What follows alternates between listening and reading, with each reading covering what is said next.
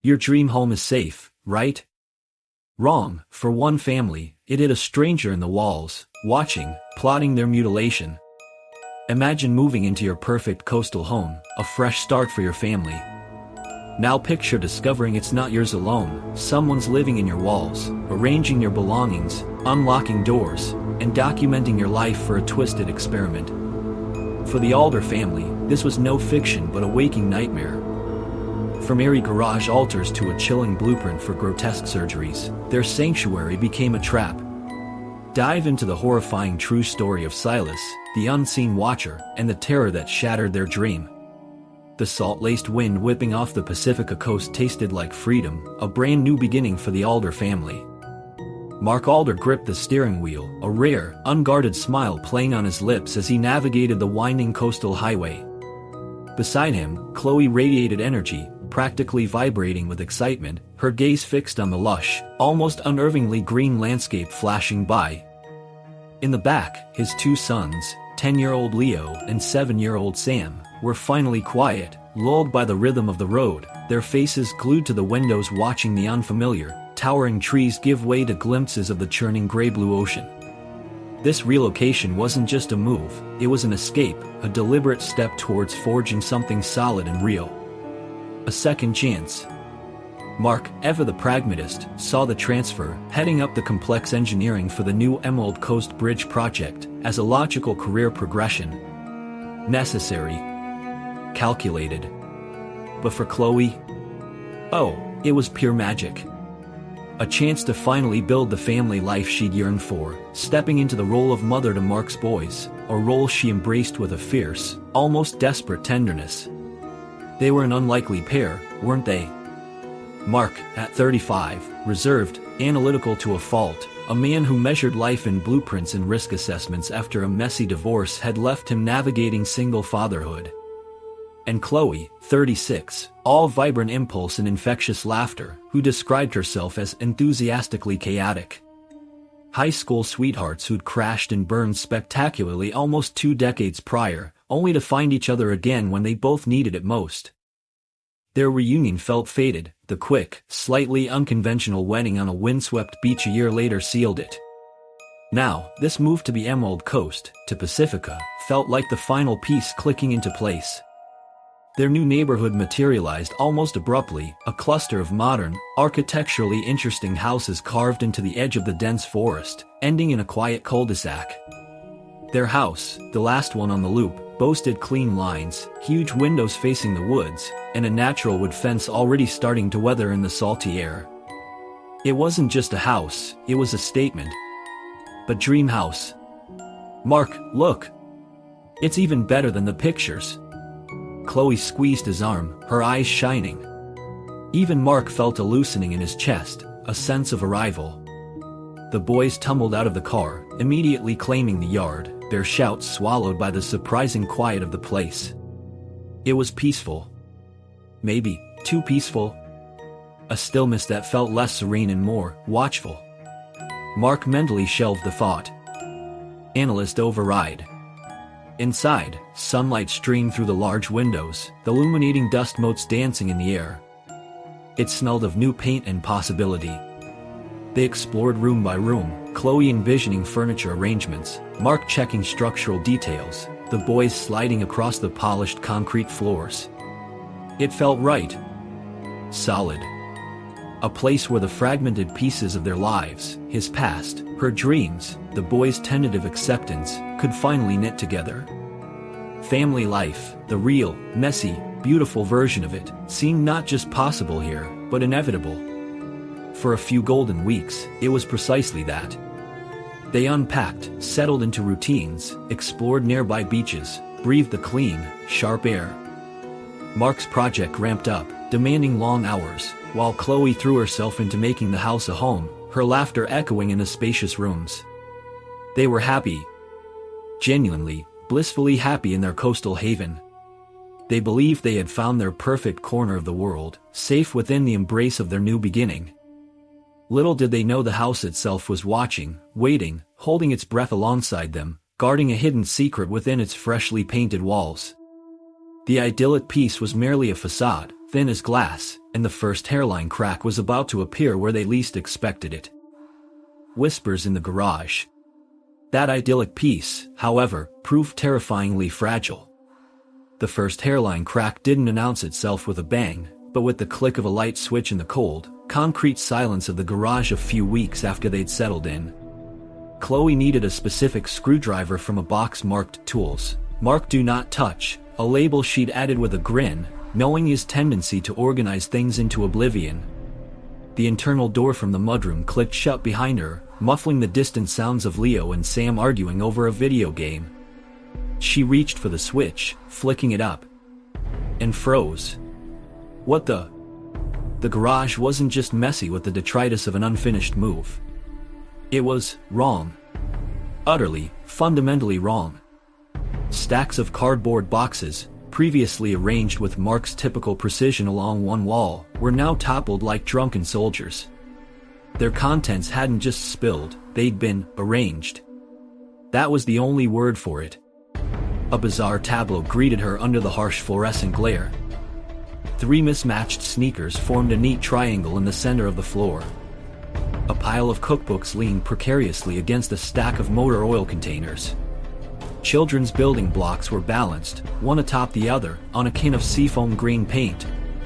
It wasn't vandalism, not exactly. Nothing appeared broken, just displaced.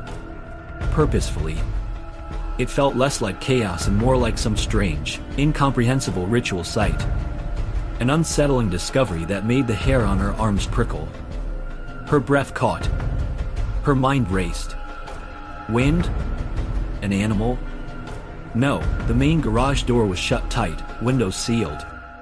Nothing could have gotten in. Unless it was already inside? A wave of nausea washed over her. This felt personal. A violation. She backed out slowly, quietly pulling the door shut, her heart hammering against her ribs. She found Mark in his study, frowning at spreadsheets detailing bridge tensile strengths. Mark, her voice was shakier than she intended. Something's weird in the garage. He looked up, distracted. Weird how? Did Sunny get in there again? Sunny, their rambunctious golden retriever puppy, was a furry tornado of enthusiasm and questionable bladder control. And Ghost, the aloof Siamese cat, occasionally staged protests by knocking things over, but nothing on this scale. No, not Sunny weird. Just, come see. Mark followed, skepticism etched onto his features. He pushed open the garage door, his eyes scanning the scene. Chloe watched his face, hoping for shared alarm, for validation of the cold dread coiling in her stomach. He frowned, deeper this time. He walked in, nudging a tower of carefully stacked ceramic tiles with his foot. It wobbled but held. Okay, he said slowly, his analytical brain kicking into high gear. This is odd.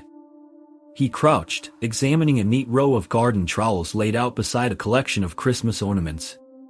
Are you sure the boys didn't do this? Roughhousing? Doing what, Mark? Making weird little altars out of our junk? Leo and Sam would have just knocked things over, maybe broken something. This feels deliberate. Chloe hated the pleading tone in her voice.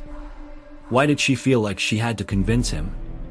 Mark straightened up, running a hand through his hair. All right. It's strange. I'll grant you strange occurrences. But there's got to be a logical explanation. Maybe some lighter earth tremors we didn't feel? Settling? He was grasping now, she could tell. Trying to fit the inexplicable event into a neat, rational box. Tremors that stack gardening tools next to baubles. The marital tension sparked, sharp and sudden. Skepticism versus fear. Logic versus intuition. Look, Chloe, Mark sighed, his tone shifting from analytical to faintly patronizing. Nothing's taken, right? The expensive tools are still here. Your grandmother's china in that box seems untouched. It's not a robbery. It's just weird. Maybe Ghost chased a mouse. Maybe Sunny had a zoomy session we didn't see. Let's just clean it up. No point getting worked up over nothing. The word landed like a slap. Chloe felt a cold knot tighten in her stomach. He wasn't seeing it. Or he didn't want to see it. The deliberate care, the unsettling precision in the chaos, it screamed intent. But whose? And why? This sense of violation, of their private space being secretly manipulated, was terrifying. Mark was already starting to methodically rest tack boxes, dismissing the strangeness, imposing order on the inexplicable. But Chloe couldn't shake the feeling. As she helped him, her hands trembling slightly, she knew this wasn't just misplaced boxes or playful pets. It was the house. Or something in it. The first whisper from the shadows, and Mark hadn't even heard it. Though they tried to dismiss it, moving on with the rhythm of their new life, the garage incident left a lingering chill for Chloe, a seed of doubt that the watchful silence of their Emerald Coast home wasn't peaceful at all. It was waiting. And the house wasn't done speaking. Not even close. Doors that slam in the silence. Indeed, the house wasn't finished speaking. Its next pronouncement came about a week later, shattering the fragile peace Chloe had tried so hard to reconstruct after the bizarre garage incident. Mark was at the bridge site, the boys were at their new school, attempting to navigate the tricky currents of making friends in a new town. Chloe was blessedly, wonderfully home alone. Or so she thought. She was upstairs in their bedroom, sitting at her vanity table, attempting to master the elusive perfect eyeliner wing with the help of an online tutorial buzzing quietly from her laptop. Sunlight streamed in, glinting off the mirror. Outside, the dense woods pressed close, a wall of impenetrable green. She leaned in, steadying her hand. Wham! The sound ripped through the quiet house like a gunshot. Heavy. Violent. Unmistakably the sound of the solid oak front door slamming shut downstairs. Chloe jumped, her eyeliner pencil skittering across her cheekbone, leaving a jagged black line. Her heart leaped into her throat. Mark? Boys? She called out, voice thin, knowing instantly it was futile. They weren't due back for hours. Sunny the dog was snoozing in a patch of sun on the landing. Ghost the cat was a silent lump on the duvet. Not the pets. Adrenaline surged, cold and sharp. The memory of the garage, the strange, deliberate mess, flooded back. She muted the tutorial, listening intently. Silence. Thick, expectant silence that seemed to amplify the frantic thudding in her own ears. Okay, Chloe, breathe. Maybe a freak gust of wind? Possible, given their Emerald Coast location. But she always locked the deadbolt. Always. It was ingrained habit. She forced herself to stand, legs shaky. Moving to the bedroom doorway, she peered down the upstairs hallway towards the stairs leading down to the first floor. Empty. Quiet. Too quiet. Hello? She called again, louder this time, hating the tremor she couldn't control. Nothing but the hum of the refrigerator from downstairs answered. Taking a deep breath, she began the descent, each step creaking ominously on the polished wood. The house felt vast, watchful. Her fear wasn't just about an intruder, it was a deeper, more primal dread creeping in from the edges. Psychological distress gnawing at her certainty. At the bottom of the stairs, the foyer was empty. Sunlight streamed through the sidelight window, illuminating swirling dust. She walked to the front door, her hand hovering over the handle. Locked. Deadbolt. Exactly as she'd left it. She checked the patio doors, the kitchen windows, the mudroom entrance from the garage. Locked, locked, locked. Upstairs again, room by room, closet by closet. Empty. She was completely, utterly alone. So how had the door slammed? Back in her sunlit bedroom, the question echoed. How? That evening, recounting the incident to Mark felt like pleading a case to a skeptical judge. And it was loud, Mark. Like someone had thrown it shut. He sighed, pinching the bridge of his nose, the lines of exhaustion from his demanding job deepening. Chloe, honey, are you sure? This old house probably has drafts we haven't figured out yet. Or maybe you just thought you locked the deadbolt. There it was again. That subtle implication that she was forgetful, unreliable. Maybe overwrought? Gaslighting, even if unintentional. Mark, I know I locked it. And a draft doesn't sound like that. The marital conflict, simmering since the garage incident, flared. Why won't you just believe me? Believe what? That the house is haunted? His voice held a sharp edge of ridicule now. Let's be rational. The argument devolved from there, ending with a stony silence that felt colder than any draft. They went to bed angry, backs turned to each other in the king-sized bed that suddenly felt miles wide. Sleep, when it finally came, was fractured. Chloe surfaced hours later into pitch darkness, heart pounding. What woke her? Silence again. But this time, it felt different. Strained. Then she heard it. Downstairs. Not a slam, but a soft click, followed by a faint creak. A door opening? Then, moments later, another click and creak from a different part of the house. Unexplained noises in the dead of night. Panic seized her. She reached over, shaking Mark's shoulder urgently. Mark! Wake up! Someone's downstairs. I hear doors opening and shutting. He mumbled, batting her hand away. Chloe, for God's sake, you're dreaming. Go back to sleep. He sounded genuinely annoyed, still angry from their earlier fight. I'm not dreaming. Listen. She hissed.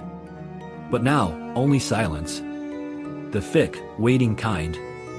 Did you lock the front door tonight, Mark? Did you double-check it? Her voice trembled. Yes. Yes, I locked the damn door. He snapped, sitting up, scrubbing his face. You're hearing things because you want to hear things. You're letting this place get to you. Tears of frustration pricked her eyes. Fine. Well, I'm going down there. I need to make sure. Ignoring his exasperated sigh, she slipped out of bed. The hallway was dark. She crept to the stairs, peering down into the blackness. Terrified, yes, but the thought of the boys sleeping soundly in their rooms propelled her forward. Down she went, bare feet silent on the wood.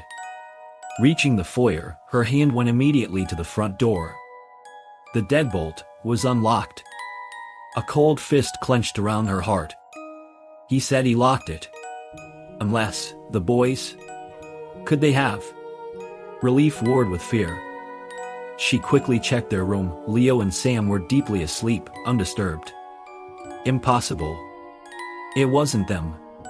Back in her own room, she faced Mark, her voice tight. The front door was unlocked. And the boys are fast asleep. He stared at her, disbelief warring with annoyance. You probably forgot to lock it earlier and just thought I... Slam crash.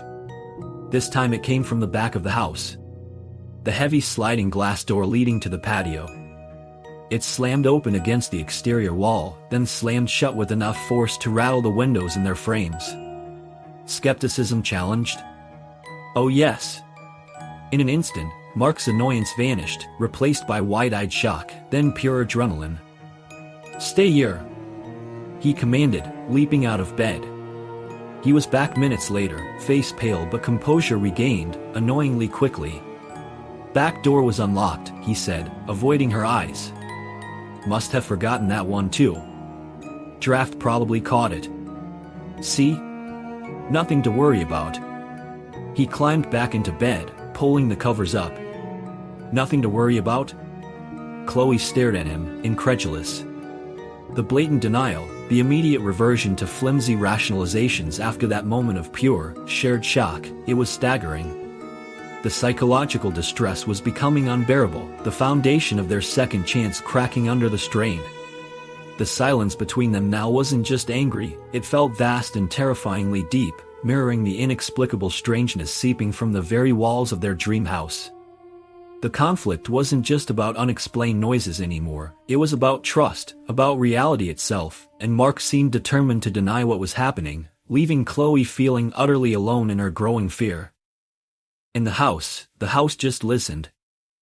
The figure in the window and the folded blanket. The house listened, yes, but Mark Alder remained determinedly deaf. He clung to logic, to explanations involving drafts and overactive imaginations, dismissing the fear coiling in Chloe's eyes as stress, exhaustion, maybe even a touch of paranoia amplified by the isolation of their Emerald Coast home. He needed proof. Concrete data. Something his analytical mind could process. He couldn't, give in to the unsettling whispers his wife insisted haunted their new beginning. Not yet. But the house, or whatever resided within its walls, seemed to tire of targeting only Chloe. Its next move was aimed squarely at the skeptic. It happened a couple of weeks after the slammed patio door incident, during a rare quiet afternoon. Mark had actually managed to escape the demands of the bridge project before sunset. Chloe had taken the boys for haircuts and errands. The house was blessedly silent, save for the rhythmic ticking of the grandfather clock in the hall and the occasional sigh from Sonny, asleep at his feet. Mark sat at the old upright piano in the living room, a piece they'd inherited with the house, trying to coax a hesitant melody from the stiff keys. He wasn't musical, not really, but the structured challenge of following the notes was soothing, logical, orderly. Then came the prickle. That unmistakable feeling-watched sensation crawling up the back of his neck. He ignored it at first. Dust settling? Nerves frayed from lack of sleep and Chloe's constant anxiety? He fumbled a chord, cursed under his breath, and tried again. But the feeling intensified. Persistent. Uncomfortable. It felt like ice boring into his back. Impossible. He stopped playing, mid-measure, the silence rushing back in, suddenly heavy. He held his breath, listening. Nothing. Just the clock. Tick. Tock. And the undeniable sensation of scrutiny. Slowly, deliberately, he turned his head towards the wide living room window overlooking the side yard, a narrow strip of grass bordered by the dense, shadowed woods. Sheer curtains diffused the afternoon light, blurring the view slightly. And that's when he saw it. A shape. Indistinct behind the fabric, but undeniably the silhouette of a person standing just outside the glass. Still. Arms down by its sides. A shadow figure just watching him play the piano. Mark's heart gave a painful jolt. Neighbor?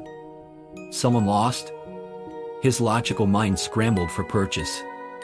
Light trick? Reflection? No. It was too solid, too still. Then, as if reacting to his sudden stillness, the figure moved. Not abruptly, but with a fluid, unnerving speed, gliding sideways along the window, heading towards the back of the house. Towards the patio. Towards the door that had slammed shut in the night. He shot up from the piano bench, knocking it slightly off-kilter. He rushed to the patio doors, fumbling with the lock, yanking it open. The backyard was empty. He scanned the tree line, the weathered fence. Nothing. He circled around to the side yard, peering through the bushes. Empty. Just the whispering wind in the too quiet woods. He forced himself to breathe. Okay, maybe it was a neighbor, cutting through. Maybe they saw me see them and got spooked. It sounded plausible. Almost. Except the feeling. The cold certainty of being observed. It lingered, a greasy residue his rationalizations couldn't quite wipe away. Genuine fear, cold and unwelcome, had bypassed his analytical filters. He didn't tell Chloe. Not yet. What would he even say? The turning point, the moment Mark's carefully constructed wall of skepticism finally crumbled, wasn't loud or violent. It was quiet. Insidious. It involved a faded, much-loved quilt. One Chloe had found at a thrift store shortly after they married, declaring it their official family blanket. It was soft, worn, patterned with cheerful, slightly lopsided sunflowers. Friday night was movie night, a newly established Alder tradition. Popcorn, pizza, and a movie chosen via complex negotiations between Leo and Sam. Chloe went to grab the sunflower quilt from its usual spot draped over the armchair. Huh. Where's the blanket? she called out. A frantic search ensued. Under cushions, in closets, the laundry room, even the boys' rooms. Nothing. They checked the car. No quilt. It had simply vanished. Unexplained disappearance. With a sigh of collective frustration, they left for the movie theater blanketless. Hours later, tired and slightly sticky from spilled soda, they returned home. Mark unlocked the front door, the boys tumbling inside ahead of them. Chloe stepped into the living room behind Mark and stopped dead.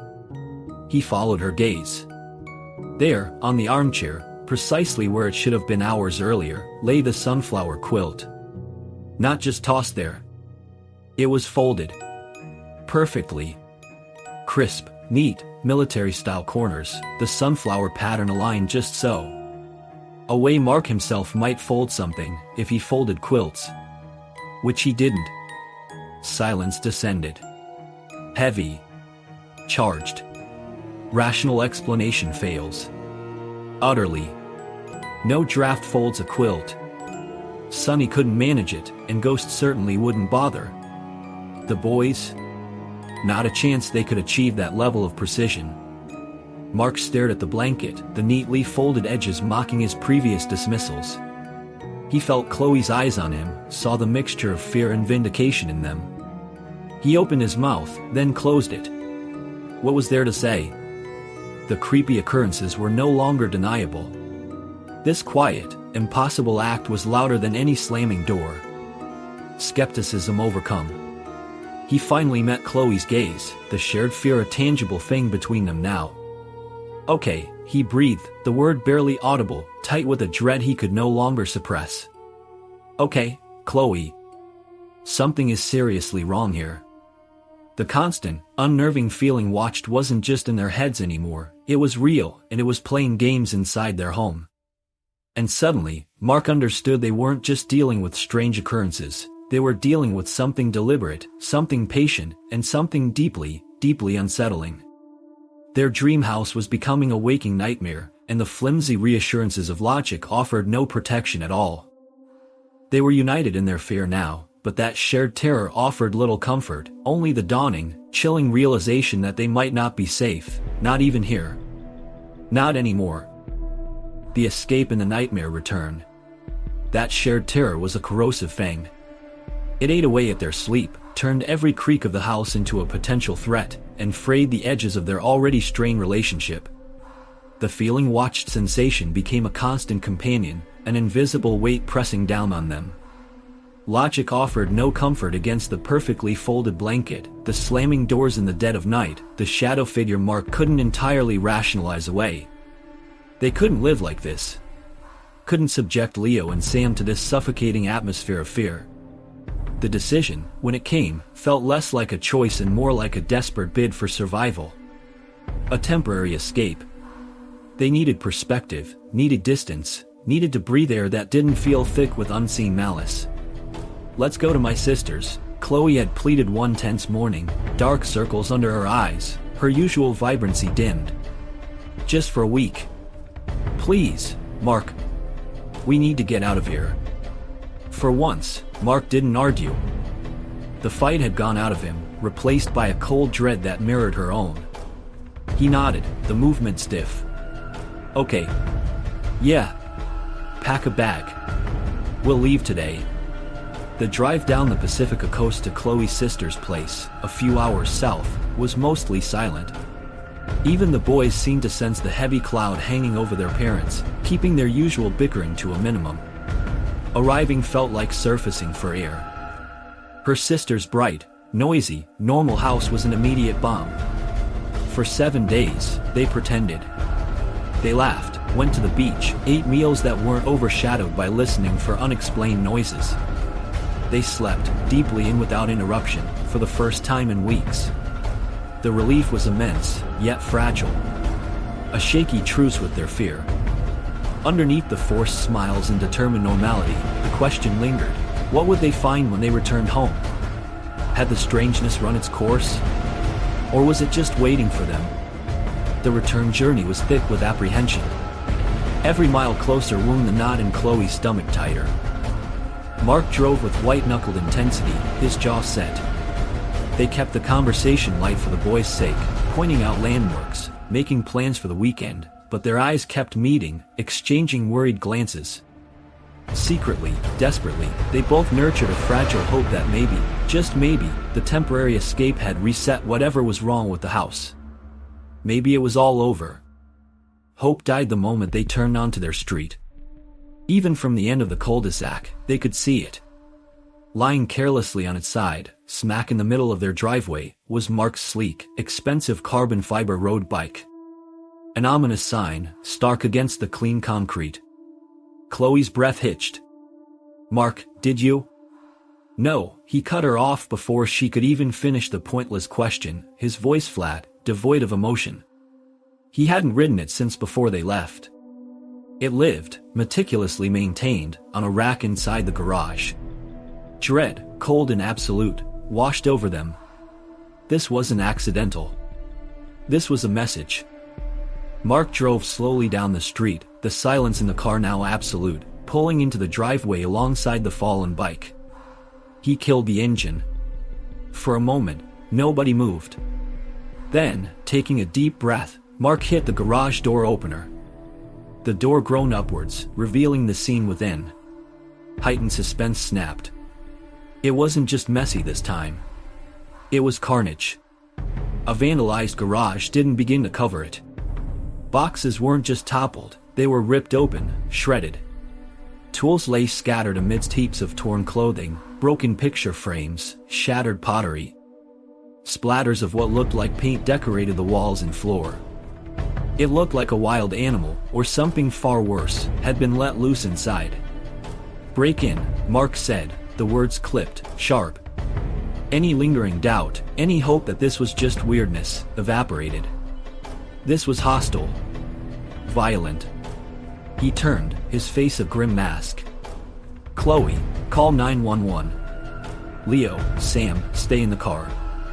Lock the doors. Do not get out for any reason. Understand?" The boys nodded silently, eyes wide with fear. While Chloe fumbled with her phone, her fingers trembling as she dialed the emergency call, Mark got out. He scanned the wreckage in the garage, his eyes landing on a heavy-duty sledgehammer leaning against the far wall, miraculously untouched. He grabbed it, the weight feeling both alien and necessary in his hand. Weapon secured, protector mode fully engaged, he moved towards the front door, bypassing the internal garage entrance. Confrontation felt imminent. Every nerve screamed danger. He reached the solid oak door, sledgehammer held ready in one hand, and inserted his key into the deadbolt with the other. It turned smoothly. Unlocked. He pushed. The door didn't budge. He pushed harder. It opened maybe an inch, then stopped, hitting something solid on the other side. Resistance. His blood ran cold. He dropped his shoulder, bracing himself, shoving with all his weight. The gap widened slightly, just enough for him to peer into the sliver of darkness within his own home.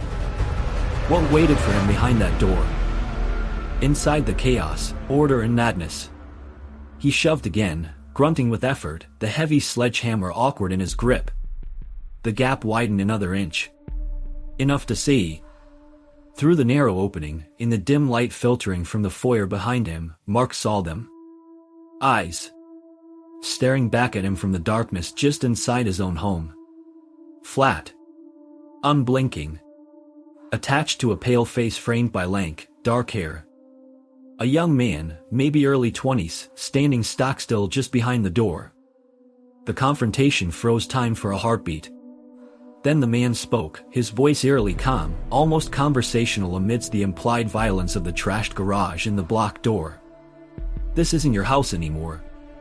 The words, quiet as they were, detonated Mark's adrenaline-fueled fear into pure, white-hot rage. "No!"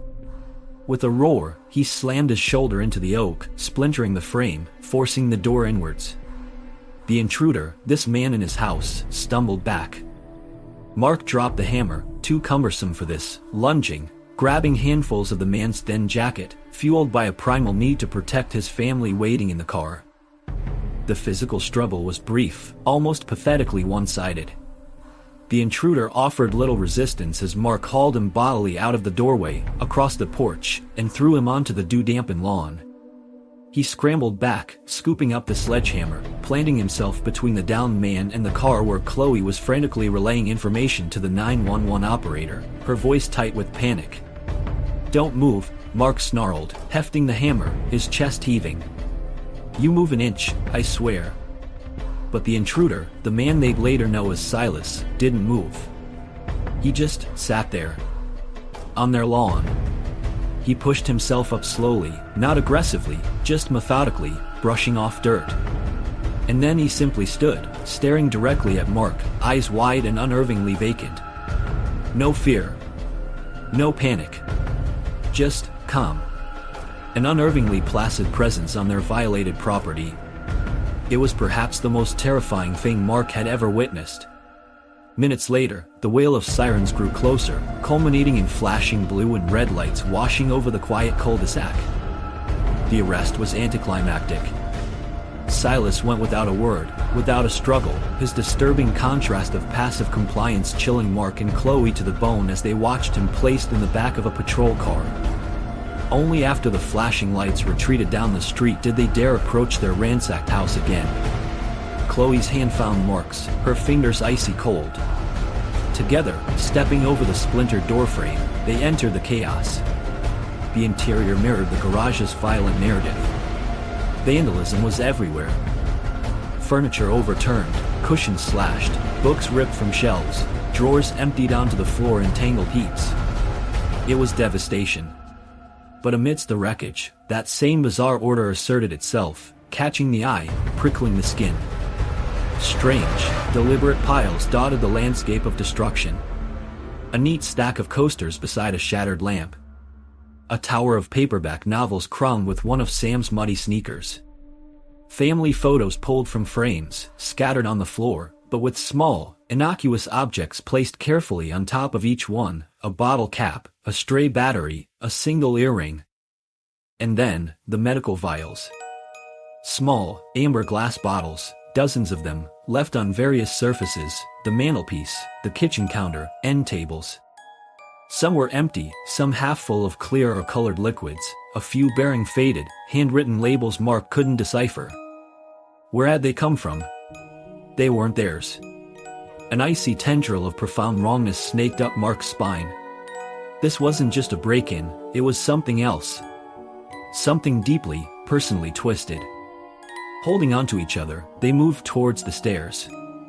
Ascending to the second floor felt like climbing into the heart of the disturbance. The hallway landing showed similar signs of violation, pictures askew, a runner rug rumpled and torn. Mark paused outside the boys' room, steeling himself. He pushed the door open and stared. Chloe gasped beside him. The room was pristine, immaculate, spotless. A pocket of impossible calm in the surrounding storm. Leo's laundry, usually a heap by his bed, was neatly folded on his dresser. Sam's multitude of small plastic dinosaurs, typically scattered like prehistoric landmines, were arranged by size and type on his bookshelf. Both beds were made with military precision, the covers tight, corners perfectly tucked. It hadn't just been left untouched, it had been meticulously cleaned. Organized with an obsessive, almost clinical, precision. Confusion swamped Mark, thick and disorienting. This jarring, disturbing contrast made no sense. What kind of intruder ransacks a house but stops to tidy the children's bedroom like a compulsively neat ghost?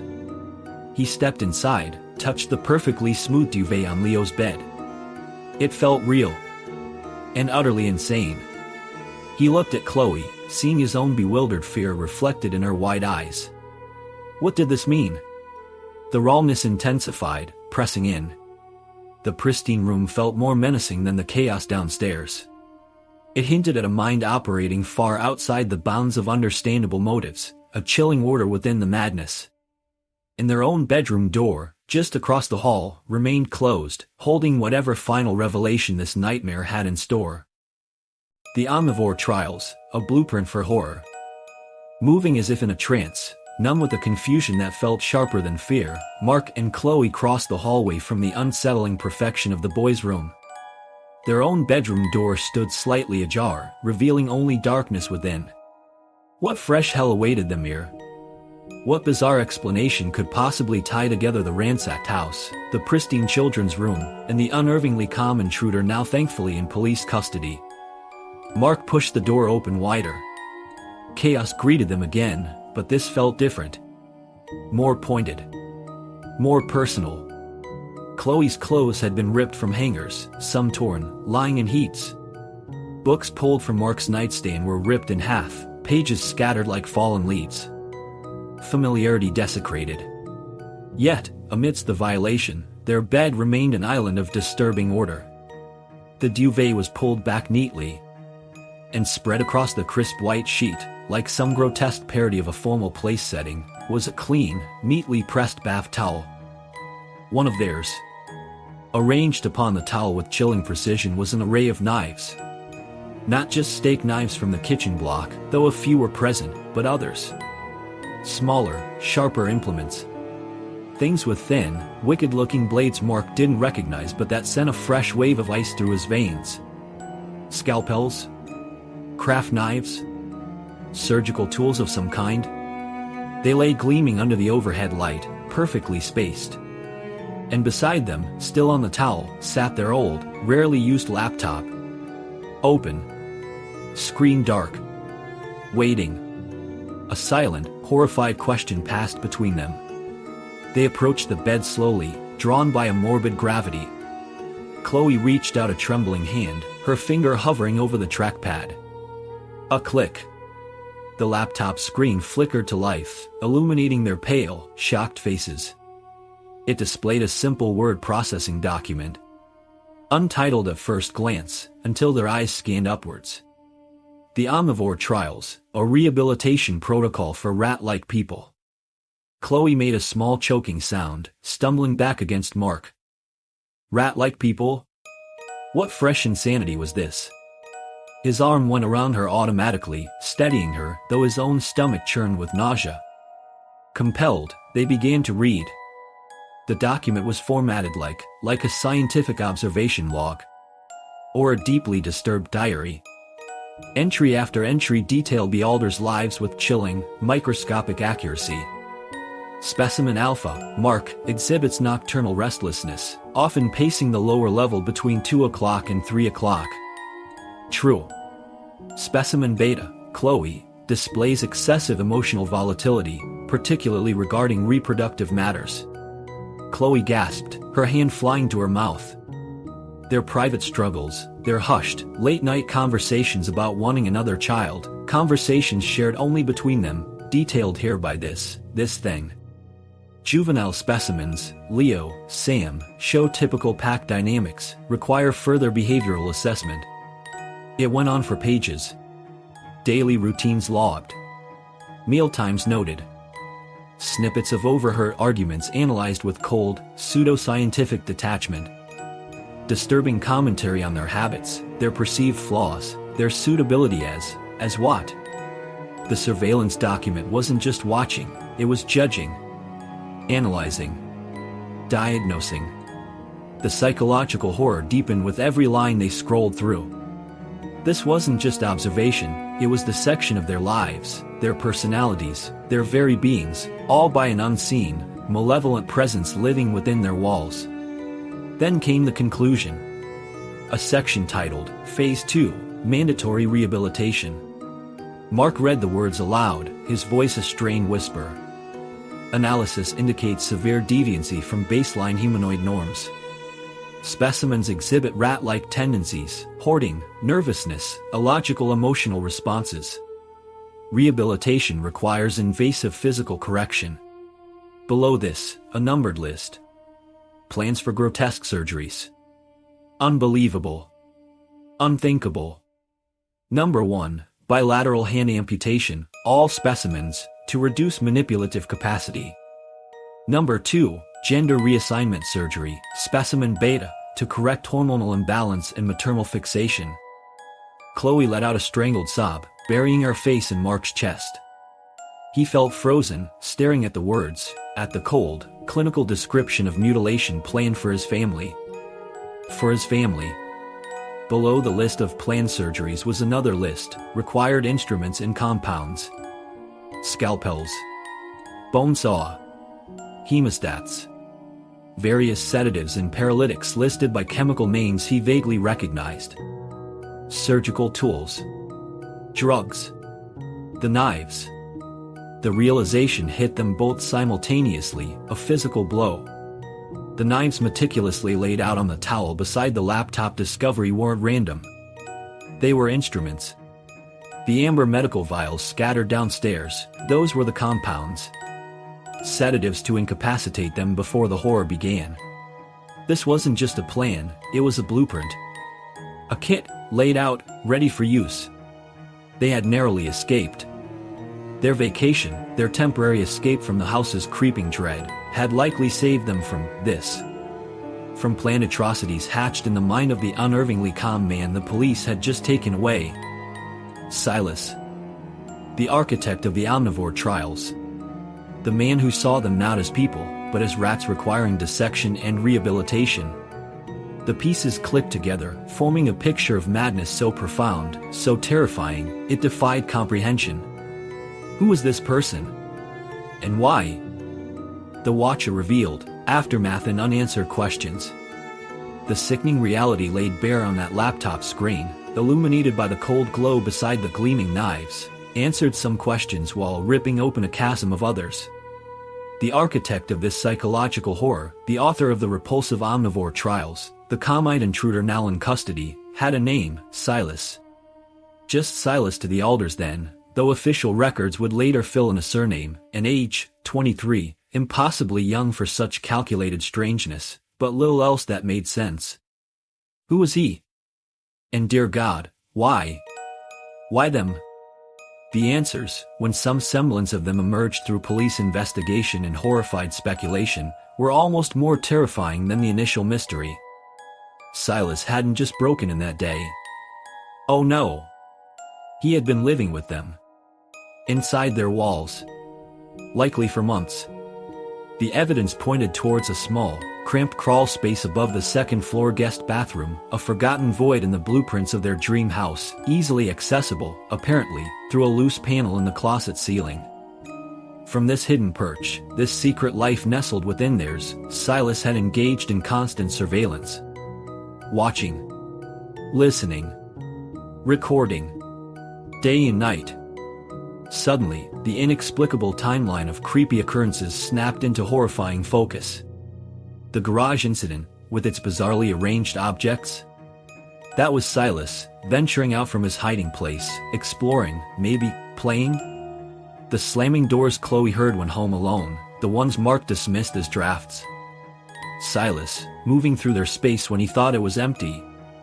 The unlocked front door in the dead of night? The soft clicks and creaks? All him. Every unsettling whisper, every shadow figure glimpsed from the corner of an eye, every instance of that bone-deep feeling watched, it hadn't been the house. It had been Silas. Living alongside them, breathing their air, observing their most intimate moments like lab rats under a microscope. Phrogging. A term they hadn't known before, now forever seared into their consciousness. The ultimate violation of safety. The timeline suggested he'd moved in not long after they did, his constant observation allowing him to compile the chillingly accurate, intimate details found in his trials. Those entries weren't guesswork, they were meticulously recorded data points gathered over weeks, maybe months, of silent, hidden proximity. And the most chilling realization? Their temporary escape, that desperate flight to Chloe's sister's house, had almost certainly saved them.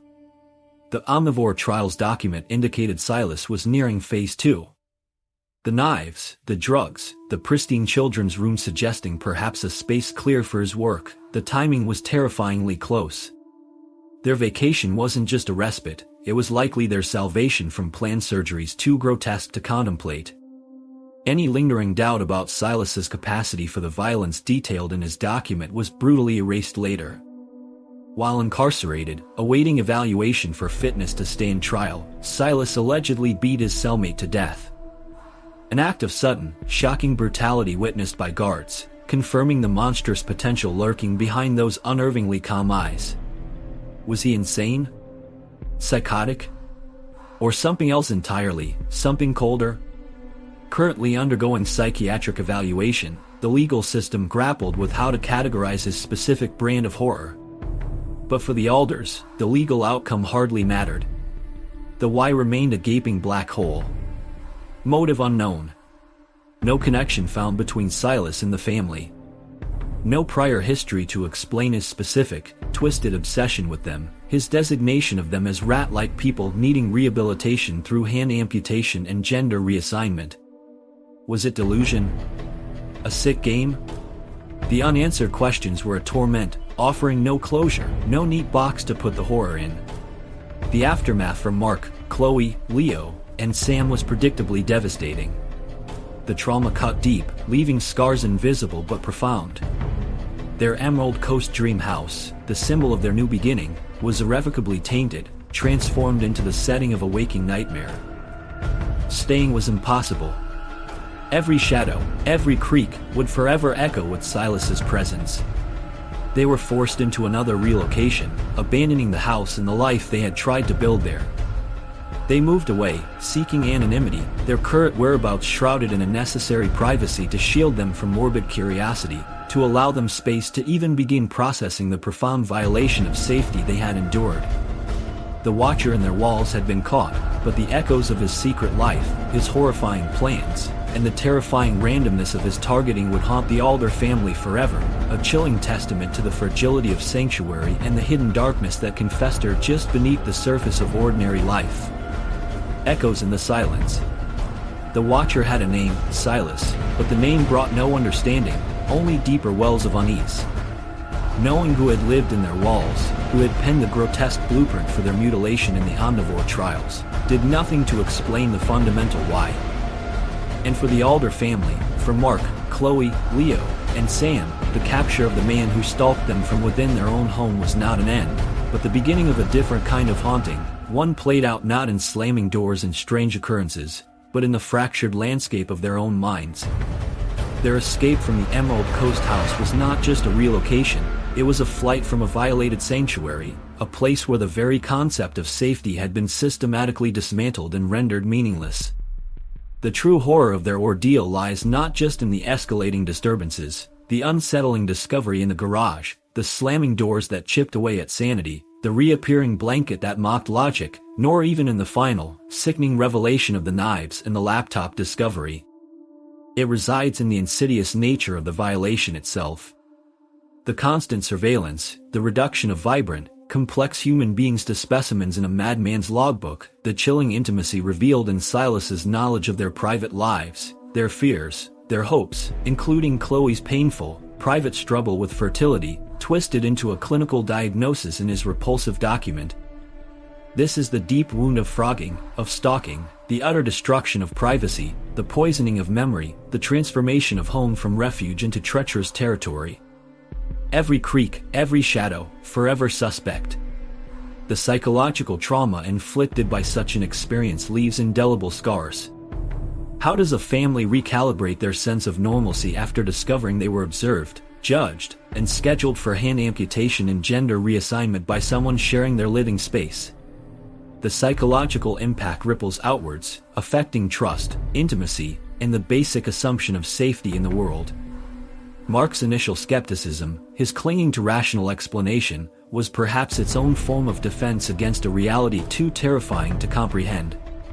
And Chloe's escalating fear, dismissed as paranoia, becomes a tragic testament to the chilling validity of intuition when confronted with the truly unthinkable. Their shared fear, once it finally arrived, was not a relief, but a confirmation that the unthinkable had indeed breached their walls. And the unanswered questions linger, heavy and suffocating, ensuring the horror never fully recedes into the past. Why the Alders? Was there some unknown connection, or were they simply victims of terrifyingly random selection? What precise form of madness or malignancy drove Silas?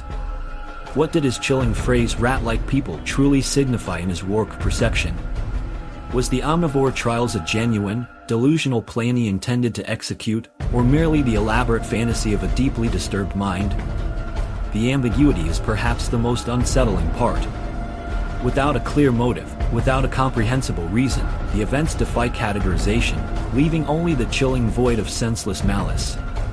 This lack of understanding offers no catharsis, only the perpetual echo of what if. The story of the Alder family serves as a stark, brutal conclusion about the fragility of security we often take for granted.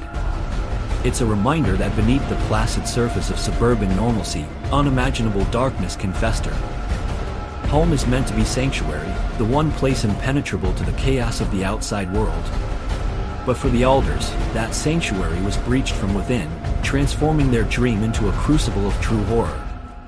The lasting impact of their ordeal is a heavy burden they carry in the quiet anonymity they were forced to seek. We are left with a profound empathy for this family, haunted by the echoes in the silence, forever changed by the watcher who lived in their walls and the terrifying unanswered questions left behind in the wake of his inexplicable obsession.